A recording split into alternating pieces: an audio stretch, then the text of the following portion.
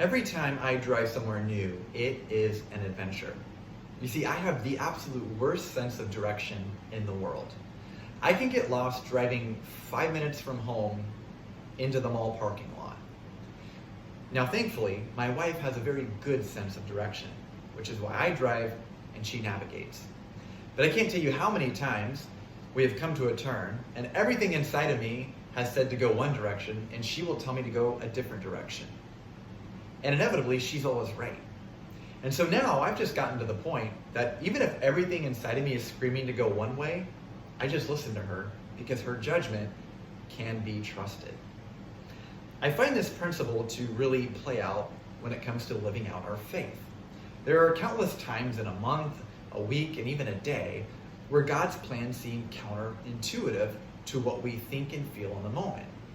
The question that we have to repeatedly ask ourselves is, does he have the credentials to be trusted, even when everything inside of us is screaming to go in the opposite direction? I believe that we will see that the criteria for being able to go all in our faith is going to be a resolute trust in the sovereignty of God. Listen to Paul's words in Philippians 1, verse 12. I want you to know, brothers and sisters, that what has happened to me has actually served to advance the gospel. Now, Paul says that what has happened has actually advanced the gospel. Well, prison is what happened to Paul.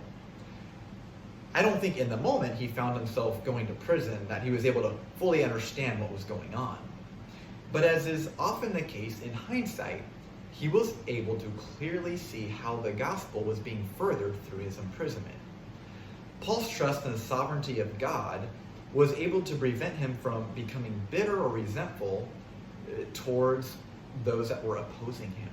And as a result, even in prison, he was able to go all in his faith. There are many obstacles that prevent us from going all in our faith.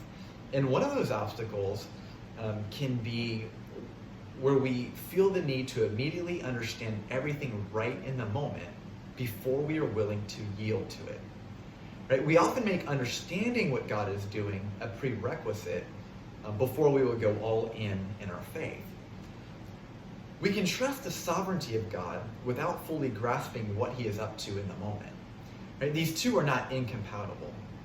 All throughout the pages of Scripture, God is working through ordinary people in ways that were not immediately understandable in order to further his mission.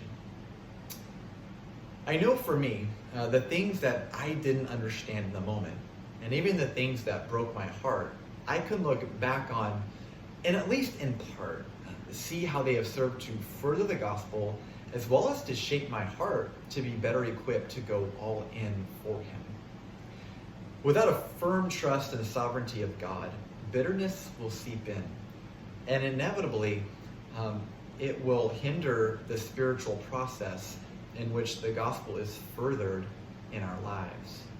So I want to leave you with this encouragement. Take some time to consider some of the past things you have not understood in that moment, but how God has used them to further the gospel and to shape you to go all in your faith.